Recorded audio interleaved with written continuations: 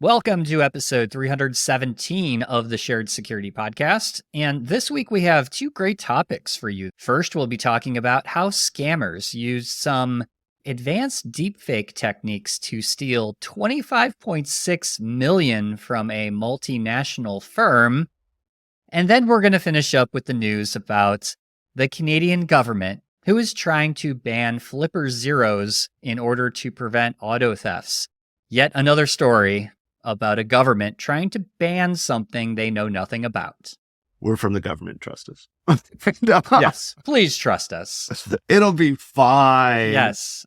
But first, I'd like to introduce our always amazing co-host, Kevin Johnson. Always amazing. You're always amazing, man. I've got a list of people that tell you you're wrong. Well, I'm going to tell that list of people that they are wrong because you are amazing. So take it as a compliment, man. I don't know what to do with myself. I'm home for 2 weeks and I'm like, what do I do? You don't know what to do? Okay. Yeah, because I'm traveling so much. I'm like, So, yeah. Okay, I'm sorry. Yeah. I say you're lucky because I have not. You're lucky you are traveling because I have not traveled this year. Knock on wood. I don't know why.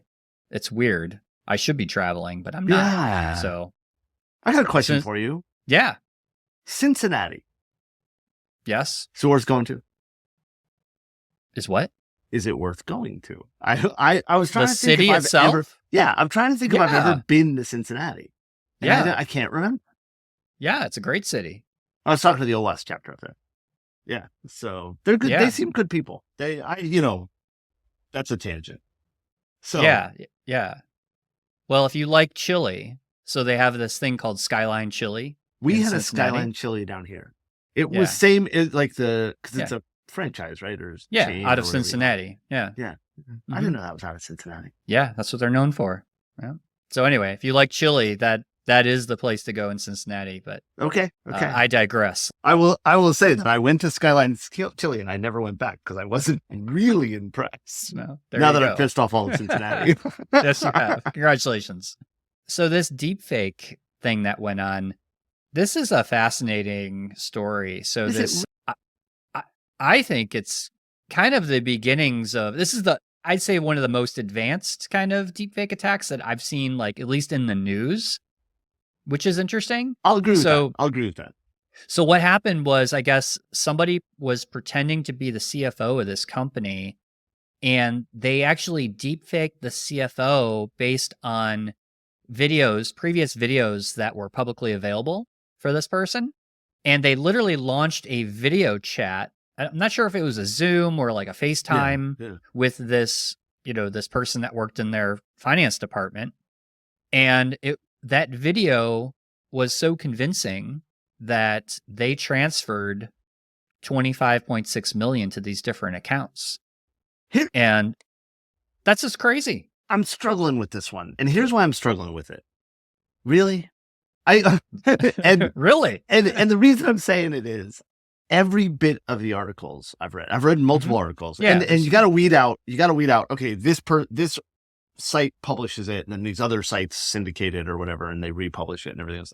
But every article that I've read has had to correct the story in one or more ways. Right? Like, well, the Hong Kong police has arrested 6 people in association with this. Then the update says, no, they've arrested 6 people that have done this type of scam. Right? Like every time you dig into it a little bit more. Now, I want to be clear. What they're describing is absolutely possible. Right? Like we know the technology exists. We know, we can build him better or whatever, right? Honestly, I don't buy it on this one. I don't know why. I can't. Do you think it's a fake story? Or do you think... I think the guy actually transferred $25.6 million. I think the guy actually fell for a social engineering attack. I think the guy actually screwed up big. Huh. I have not seen any evidence that shows that, because the articles I've read, it's not that they just deepfaked the CFO. They deepfaked a meeting with multiple people. Yeah. Right? And that's where you start to get, like, so I'll tell you right now, I'm the CEO of Secure Ideas, right? Head nerd. If somebody wanted to deepfake me, there is definitely enough video of me out there, right? Oh yeah. This podcast. There's absolutely enough video to fake my voice, to fake my movements, whatever, But then when you start to say, okay, out of I want a meeting with 6 people in it that are all from the company and all deepfaked correctly and all set up correctly. Now you start getting to the point where I'm thinking, really? Especially since that's not necessary. It is a little bit extreme, but that's a lot of money we're talking about too. It is a lot of money, but at the same time, it's an unnecessary step. If they just deepfaked the CFO and had the CFO do a video call with the guy and say, hey, and I say guy, I thought I read somewhere that it was a guy that did it. I'm not assuming. Yeah. But that one of the signs of lying is the sheer amount of extraneous details that aren't necessary. And this story seems to have a bunch of extraneous details that aren't necessary. And every article has to be edited. Now, having said that, I don't think it matters if it's a real story or not. And the reason I don't think it matters if it's a real story or not is, one, we're never going to prove it, right? There's no, right? Even if the guy got on a Zoom call, we can pretend it was a deepfake Zoom call, but we can also pretend, I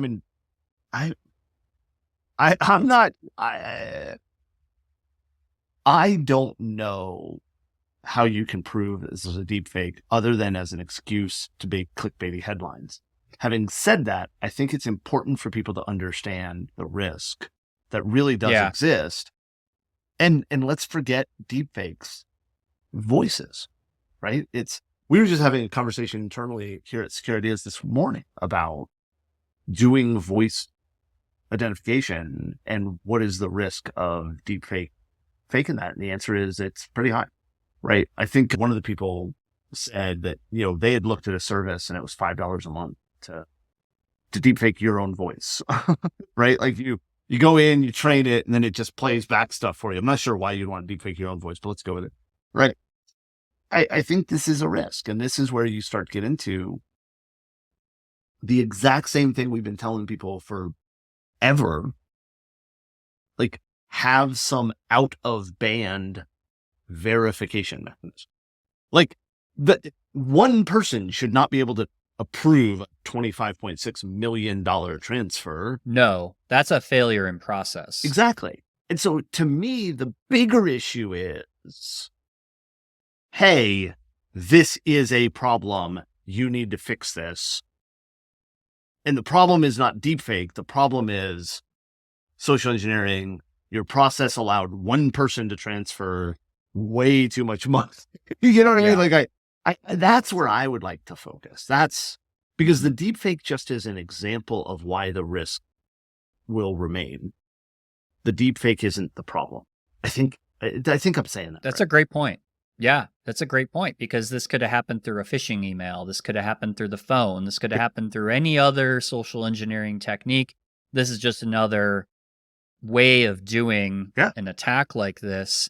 And of course, it gets the headlines because that's what everybody is talking about now is deepfake, especially after the Taylor Swift deepfake thing that, was, viral and all that stuff. So I think it's interesting. I like on the video angle to me is especially if you're talking about multiple people deepfaked in a meeting and the coordination that would take to have like conversations and do you remember the scene from the movie True Lies where Arnold Schwarzenegger has the tape recorder and he's like faking the shadowy guy in the corner? Like that's what I go back to of like, well, and then, that's and bluntly, that's one of the reasons why I doubt this idea of a multi-person meeting that real time was faked and interacted with and stuff like that.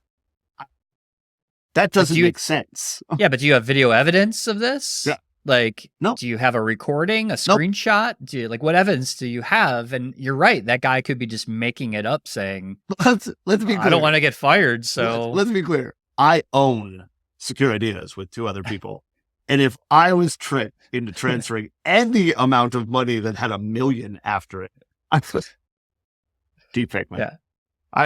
Shit. It wasn't me. I was on a Zoom call and all of you people were there and I vetted you and you had the right answers, and, like all of this stuff.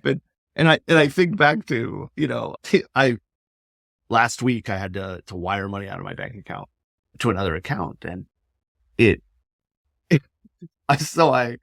I'm like, okay, yeah, no problem. Da, da, da, da. And they got to call me to verify that it's okay. So I get a call. Now, the bank, they actually did a really good job of setting this up. Like when you do the wire, it literally puts in the portal that you're using, we're going to call you. Mhm. Before we call you, we'll send you a notification through the portal that we're about to call you so that you can vet it. The call is going to come from this number. And oh, by the way, they're going to have this code that they give you. Like all of this stuff, That's right? awesome. And then they're like, and we're going to vet you. So when I answer the phone, right? Like I answer the phone and it's immediately a person. Like it's not, like I've had that, like Delta, when I call Delta to Automated. do something, I'll get the automated call back and it'll say, Yeah. well, wait, transferring you now. This was a human being answered the phone, maybe a really good deepfake. And the security question they asked me, which I am sure is one that I answered when I signed up my account, but I don't remember doing it. And I do want to be clear that my answer is not a person's name. Okay. Like I did not answer the question correctly. Does that make sense? Yeah. But I know the secret answer I gave and I used that. But it struck me because the question was your first kiss, which seemed like a very weird question, which is probably why I picked it out of the drop down. Probably. You know what I mean? Like, because I think it's a weird question. Mm-hmm. And it hit me that way back when, when I was 42 and got my first kiss ever, hey, I was thinking back to who my first kiss actually was, right? And not only is it not secret, but and I'm not saying it. I don't know why I'm not saying it because it's literally not the answer. Maybe because I think she might listen to this and that'd be a problem. And I don't know. Weird. I don't know, Okay. but I feel uncomfortable saying the name. The name was one of 5 girls in my class that had the same name. So like it's a common name Okay. for my age. Do you know what I mean? Like, Yeah, I do. and so it would be a horrible secret question. But when you start thinking about vetting people, and this wasn't just a tangent. It's relevant. This is where we get into, what is it? Somebody just posted an article about it. And I want to say they called it the human code or the human password. And it's, you should have some type of code word or, like, I know that when I was a kid, and I'm talking, when I was a kid, Adam Walsh was kidnapped, right? And which started Unsolved Mysteries indirectly. But when that happened, everybody was afraid of kidnapping. I mean, not that we're not afraid of kidnapping now, but the risk is blown way out of proportion for stranger danger type kidnapping. We all know that now. But we had a code word that if somebody had to pick me up at school, if we were somewhere and it was Coca-Cola. I don't know why I remember that. I'm 50. I'll be 51 in a couple weeks. And I still remember that if you ever want to trick me into going with you because my parents told you to pick me up, just say Coca-Cola to me. I'm writing this down now. Yeah. Yeah. And, but this goes back to like that process, right? There should have been some out of band vetting. Yeah. There should have been some type of, okay, you know what? If the CFO calls you, this is how you know it's real. And this is the process. And oh, by the way, still go over here and, do this thing, whatever. So Yeah. I don't know. I think this was a failure in process, even if deepfakes were involved, but I doubt the deepfake story. Maybe it's just because I'm a jerk. Yeah. No. I mean, it's a legit thought. I mean, that it could have been made up for sure. To your point about the kind of shared like family password, I mean, that might have been something that I put up there on Twitter, but that is a great idea, is to have, now that you damn it, I'll be this so shared embarrassed. password of Coca-Cola, right? That everybody knows to, if there is an emergency situation, right? That you get a phone call from your kid, they're in a car accident or something, it takes a second of like, what's code? What's the code? Yeah. I mean, and I understand, like I've talked to people about this and they're like, well, like in your example, they're in a car wreck and they're upset. And yeah, you're right. They are. But if you say, what is the code? And the reaction they have is going to tell you whether or not they know it will. Even if they don't remember the code. Like, right, oh man, because it's adrenaline, whatever, right? Yeah. Yeah. You'll know. Exactly. Yeah. Yeah. So that to me, that is where it becomes, there has to be those processes, and those processes have to I be agree. developed in advance. Like, you can't figure out during the emergency what was the process for this, right? So 25.6 million. Dude, we might be in the wrong business. It's a lot of money. It's a lot of money. Because So, I know I could call somebody and fake stuff. oh yes. Oh yes. Damn So- ethics. Are you tired of compromising on security when it comes to managed file transfer? Look no further. Meet Kiteworks, the most secure MFT on the market today. Kiteworks MFT Suite is not just secure, it's FedRAMP Moderate authorized by the Department of Defense since 2017. This means it undergoes yearly audits and continuous monitoring by certified third-party assessors. But that's not all. Kiteworks provides a world-class secure file sharing and email platform. Easy for end users, manageable for administrators. With custom integrations, unified console management, Kiteworks sets the bar high where traditional MFT servers fall short. Step into the future of secure managed file transfer with Kiteworks. Visit kiteworks.com to get started today. That's kiteworks.com to get started today. You want your organization to be secure and compliant and to have a healthy culture. But your employees' lack of awareness makes you vulnerable to data theft, fraud, and compliance penalties. It's frustrating that the boring, static training content that's being used today has failed to improve employees' ability to defend against cyber attacks. At ClickArmor, we know that without using gamification, it's extremely hard to get staff to understand how to avoid threats. Our gamified simulations and challenges have provided a 50% average improvement in thousands of employees' ability to spot phishing threats. Go to clickarmor.ca/shared security to get your free gamified phishing assessment for up to 500 employees. You'll see quickly how gamified simulations can help your team be more resilient and compliant and help avoid costly ransomware and fraud incidents. Let ClickArmor help you go from being an underappreciated, stressed out fall guy to being an innovative leader who's the catalyst for greater productivity in your organization. So let's move on to talk about our poor Flipper Zero. The Canadian government is trying to ban the Flipper Zero because they believe that it is a source of car thefts, or it's the device that's causing car thefts in Canada. And first of all, there's a great article, we'll link in the show notes from Ars Technica, that goes in kind of some detail about how the Flipper Zero actually works. And we've covered this on the show before. It's a nifty little wireless device that can do all kinds of things like change the TVs in a bar or a restaurant. It can intercept various types of, NFC, different types of, short range communication. And it's really a tool to learn about wireless technology, but also pen testers use it for legitimate work and on, right? Well, Canada has decided that this device and others that haven't really been named, but I think security professionals can know which devices they're talking about, right? HackRF and some other types of devices. They're just saying we're banning them.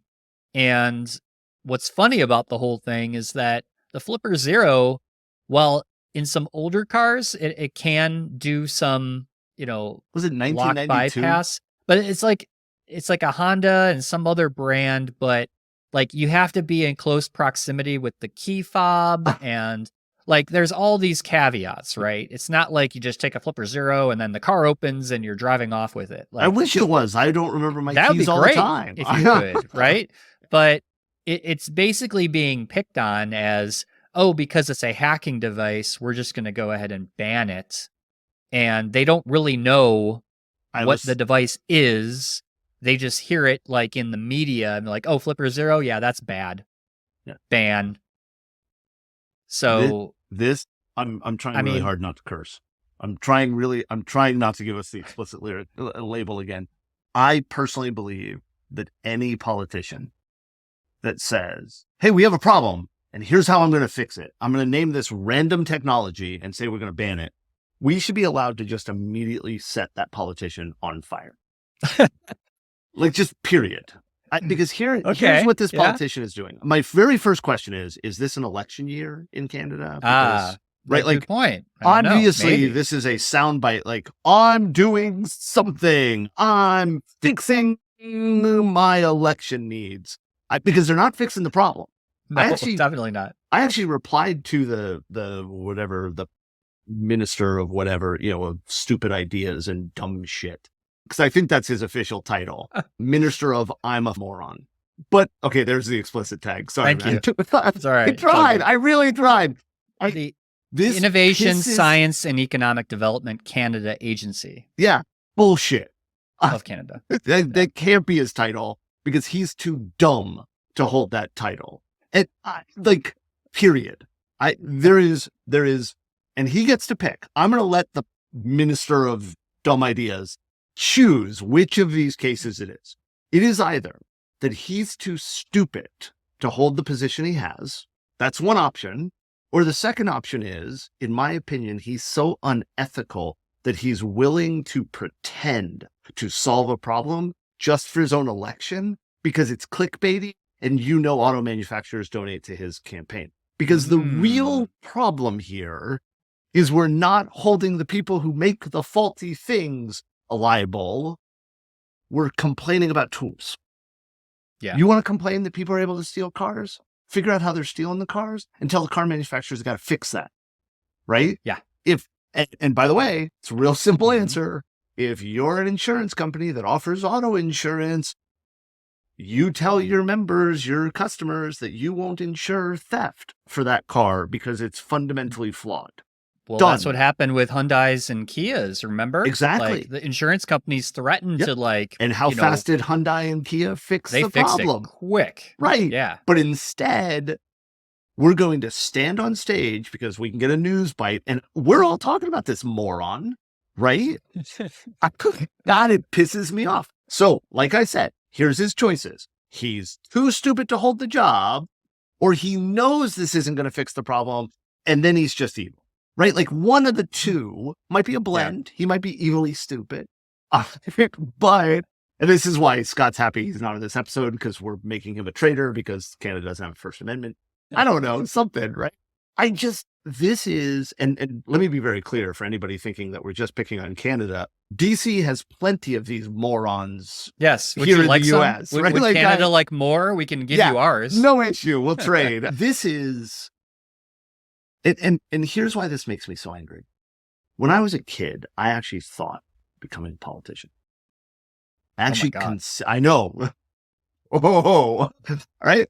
Like, I was young and stupid. Yeah. I mean, I'm still stupid. I'm just not young anymore. Definitely not young. I actually thought about being a politician. And in my head, look, I watched Schoolhouse Rock. I know how a bill becomes a law, right? Like, I could sing the song, You Don't Want Me To.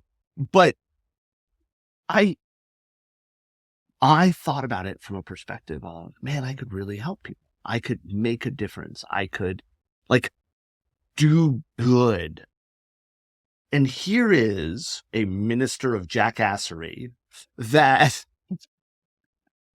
they have the ability to do good.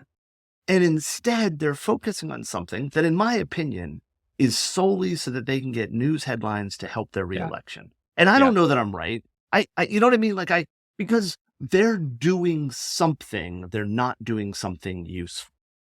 And in my mind, the minute you have the ability to do something useful and you waste that ability to do something for attention, you're low.